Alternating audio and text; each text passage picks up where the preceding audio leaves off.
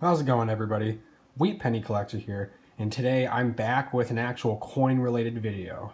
So I know over the last couple of days, I think I did a history video and then a video about YouTube drama. So I just kind of felt like branching out, gaining a few new audience members and going into something different than just coins because I know coins themselves is like a really niche but loyal fan base. Yeah, anyway, today I'm just going to do a video on how to get started on coin roll hunting, because I know a lot of people have questions like, oh, how do I get boxes of coins? How do I search through them? Where do I go? And I'm kind of just going to answer those questions and give a bunch of tips.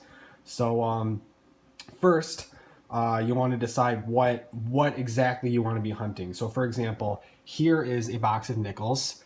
So, let's say you're a silver stacker and you want to get some extra silver, you can hunt for war nickels. If you're a coin collector, then you can focus on like older nickels, like older Jeffersons or older Buffaloes, or even V nickels if you're super lucky. And with a box of pennies, I just have a bunch of uncirculated pennies in here. If you're you can look for die varieties if you're a coin collector.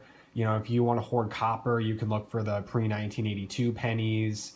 You can look for wheat pennies like I do, since I collect coins, and there's just a lot of stuff you can find. So you always want to decide first what you want to find and if it's worth coin roll hunting. Because like, let's say you want to find like Indian head pennies or something, you want to collect Indian head pennies.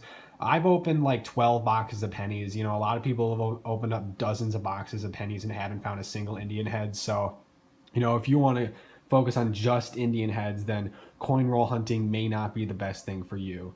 But if there's something that's relatively common that ends up in change, then you can definitely find it coin roll hunting. So how do you get started? So let's say you want a box of nickels or a box of pennies. All you really have to do is just go to the bank and walk up to the teller and say, hi, can I please have a box of pennies or a box of nickels, a box of quarters or whatever. And I know it's really intimidating at first. Like when I first walked up, I thought they would kind of look at me weird. But no, I mean, they reacted like, okay. And then they went to the back and grabbed them. And yeah, it was just fine. So I know it's really intimidating, but trust me, it really isn't once you go in there and ask.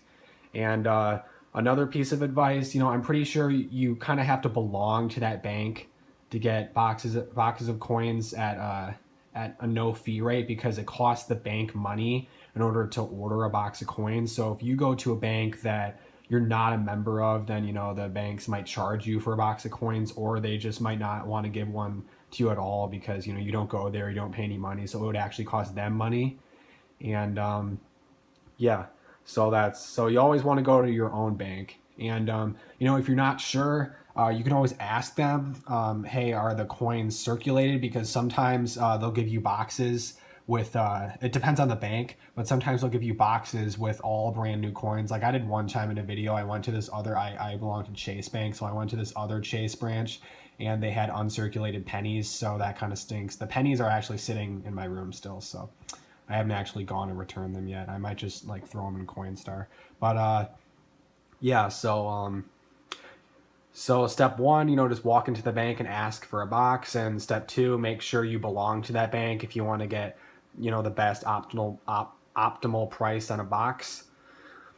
And yeah, so step number three, you want to know how much each box costs. So, I mean, it really doesn't cost any money per se, because all you're really doing is trading money for change. So in reality, you're just trading money. But, you always want to know how much it costs. Like each box, regardless of the denomination, comes with 50 rolls of coins. So, for example, a box of pennies, 50 rolls at 50 cents a roll costs $25. A box of nickels costs $100. Or I should be using the word cost, because you're gonna have to have $100 in your bank account in order to make the swap, I guess, in order to swap $100 for a box of nickels. So you want to know how much that costs. Like for example, a box of half dollars costs $500.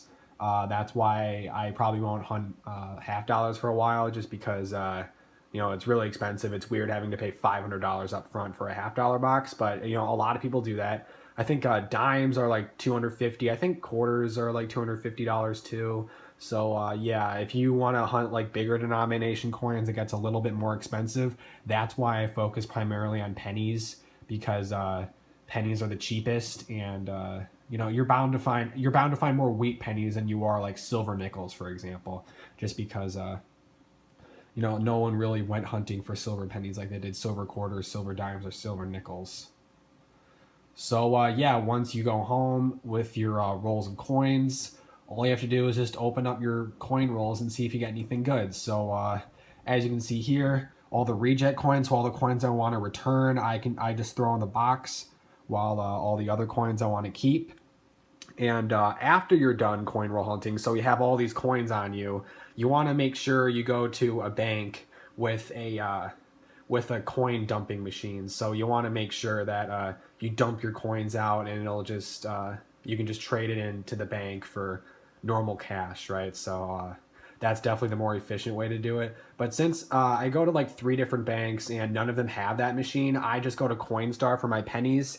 Even though a lot of people recommend against Coinstar, especially if, let's say, you have like $half, it takes a 12% fee. So if you have a box of $half, it'll take like $50 just to put it into Coinstar. So that's not a very good use of your money. You'd be much better off just going to the bank and putting it in the machine. But I don't have any of those around me in the near vicinity, and if I put $25 worth of pennies in there, you know, it only costs me like $2. So in my opinion, it's not a big deal if you throw pennies in a Coinstar machine. And just in case you don't know what a Coinstar machine is, it's the same machine at a bank. You just dump your coins in, it gives you a voucher, and you go, they're normally like grocery stores. You can just go up to like the grocery store counter and you can just trade the voucher for cash. So, and then they charge a fee. So yeah, a lot of people do that. So I'm trying to think if I have any other points addressed. I mean, I coin roll hunt. I'm just gonna say why I coin roll hunt. I think coin roll hunting is just a really fun activity. It's just really nice, really peaceful. You just kind of sit there. It's just a nice thing to do. Nice use of your time. And you know, I like hunting for rare coins. Obviously, I like adding to my collection. So it always, you know, I kind of picture it like opening a pack of Pokemon cards, or like if you play like the game Hearthstone, opening a pack of Hearthstone cards. It kind of has that same feel. Like you're always wondering if you're going to get something nice, something good. And yeah, there's just a lot of benefits to that. So yeah, I'm sorry about my long ramble, but you know, I just kind of wanted to get the points addressed, how you can start coin roll hunting.